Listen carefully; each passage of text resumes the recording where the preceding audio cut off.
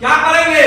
सौर परिवार। क्या पढ़ेंगे? सौर परिवार। पहले भी इसका कुछ पाठ पढ़ा दिया गया था, जो शेष है वो आज पढ़ा करके इसको पूरा करेंगे। सौर परिवार का मुखिया होता है सूर्य। सौर परिवार का मुखिया कौन होता है? सूर्य। सब कोई बोलेंगे सौर परिवार का मुखिया कौन होता है? सूर्य। सूर्य होता है। सूर्य को अपना प्रकाश है। सूर्य को क्या है?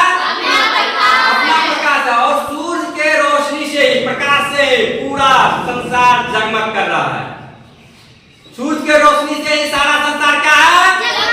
जगमग कर रहा है। सूर्य का रोशनी जो पृथ्वी पर आता है, उनका कुछ भाग क्या होता है? परावर्तित होकर के वापस चला जाता है। परावर्तित होकर कहां चला जाता है?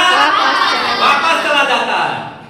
लेकिन ये जो है आपको methane gas, carbon dioxide, CSF ऐसे गैस जो है, ये सूर्य के रोशनी को वापस जाना, जिसको हम लोग ग्रीन हाउस गैस कहते हैं, ये सूर्य के रोशनी जो पृथ्वी से परावर्तित होता है ऊपर जाने नहीं देता है। ये कार्बन डाइऑक्साइड गैस, ये ग्रीन हाउस गैस, इसीलिए वातावरण का गर्म होने लगता है और गर्म होने से बढ़ जाता है, ग्रीन हाउस गैस की प्रभाव दिखने लगता है।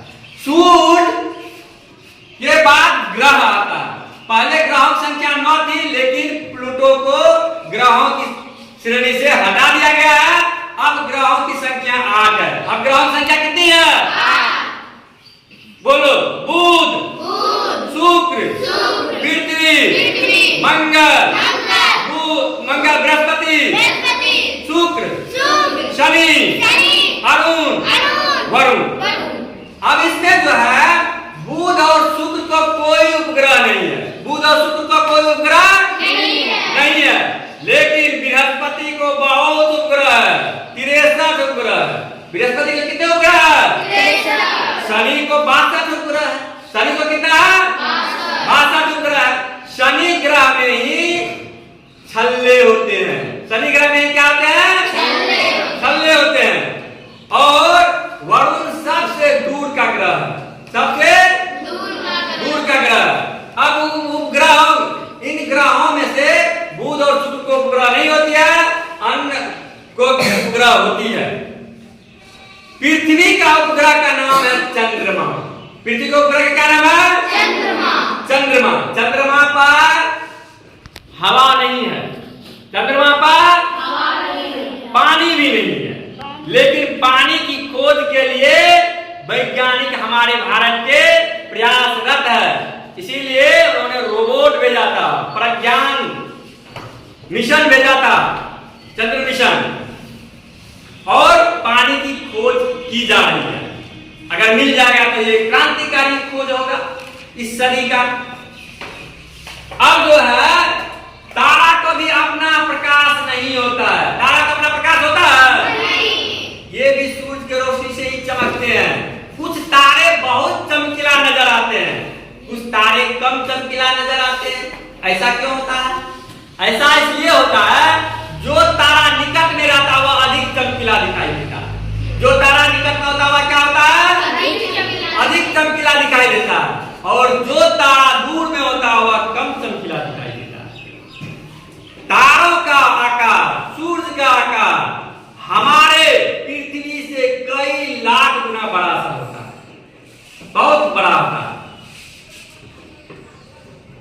चंद्रमा से रोशनी को पृथ्वी पर आने में मात्र 7 सेकंड लगता है, जबकि सूर्य से रोशनी को पृथ्वी तक आने में 8 मिनट 20 सेकंड का समय लगता है।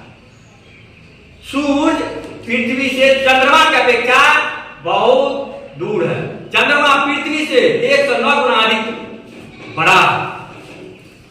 उसके बाद सप्तऋषि तारा देखते हैं। सप्तऋषि तारा में 7 तारों का समूह है। सप्तऋषि तारा में कितने तारों का समूह है? 7 तारों का समूह है, जिनमें इन्हीं तारों को मिला करके से सप्तऋषि कहा जाता है, क्योंकि ये 7 ऋषियों के नाम पर है। उन ऋषियों का नाम क्या है? ऋतु, पुलस्त्य, अत्रि, वशिष्ठ, अंगिरा और मरीचि। ये 7 ऋषि के नाम पर इस सप्तऋषि तारों का नाम रखा गया है, जो कि 7 तारों का समूह है। जो कितने तारों का समूह है?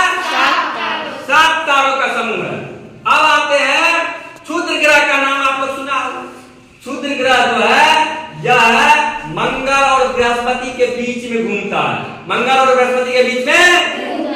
ये सारे प्रश्न यूपीएससी में पूछा हुआ है, जो भी हम आपको बता रहे हैं।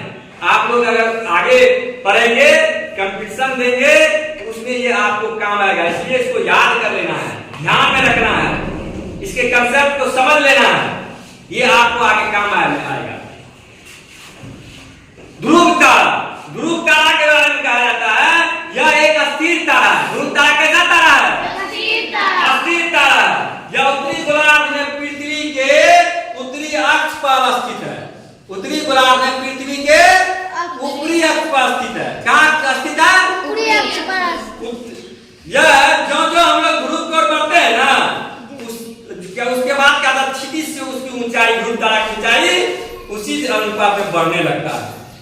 तारों के कई समूह होते हैं। जब पृथ्वी सूर्य की परिक्रमा करती है तो सूर्य विभिन्न तारा समूहों के बीच नजर आता है। ऐसे समूहों की संख्या 12 है। ऐसे समूहों की संख्या कितनी है? 12। इन्हें हम राशि कहते हैं। क्या कहते हैं? राशि। इन राशियों में जो तारे हैं वे किसी न किसी आकृति के तरह नजर आते हैं। इन्हीं आकृति के नाम पर इन राशियों का नाम रखा गया है। जैसे मेष, वृष, मिथुन, कर्क, सिंह, कन्या, तुला, वृश्चिक, धनु, मकर, कुंभ और मीन। पृथ्वी के चारों ओर विभिन्न तारों का समुदाय है।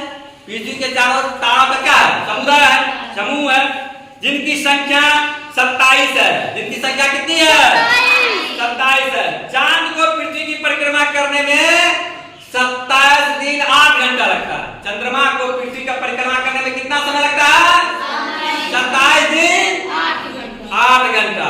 इतने ही समय में चंद्रमा अपने अक्ष पर भी एक पलटा मार देती है। इसीलिए चंद्रमा का एक भाग ही हमें हमेशा नजर दिखाई देता है।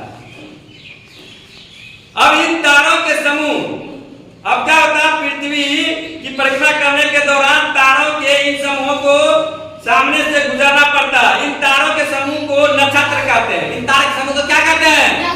नक्षत्र कहते हैं। ये नक्षत्र किस प्रकार है? अश्विनी, भरणी, कृतिका, रोहिणी, मृगशिरा, आर्द्रा, पुण्यवसु, पुष्य, अश्लेषा, मघा, पूर्वा फाल्गुनी, उत्तरा फाल्गुनी, हस्त, चित्रा, स्वाति, विशाखा, अनुराधा, ज्येष्ठ, मूल, पूर्वाषाढ़, उत्तराषाढ़, श्रावण, घनिष्ठा, शतभिषा, पूर्व भाद्रपद, उत्तर भाद्रपद व रेवती।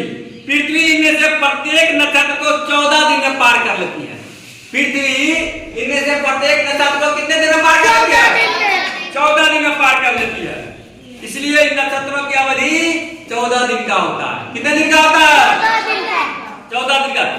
ज्योतिष के विद्वान मानते हैं कि नक्षत्र और मौसम में गहरा संबंध है। ज्योतिष के जो विद्वान होते हैं वो ऐसा मानते हैं नक्षत्र और मौसम में गहरा संबंध होता है। नक्षत्र और मौसम में क्या होता है? गहरा संबंध होता है। एक नक्षत्र में मौसम की दिशा देख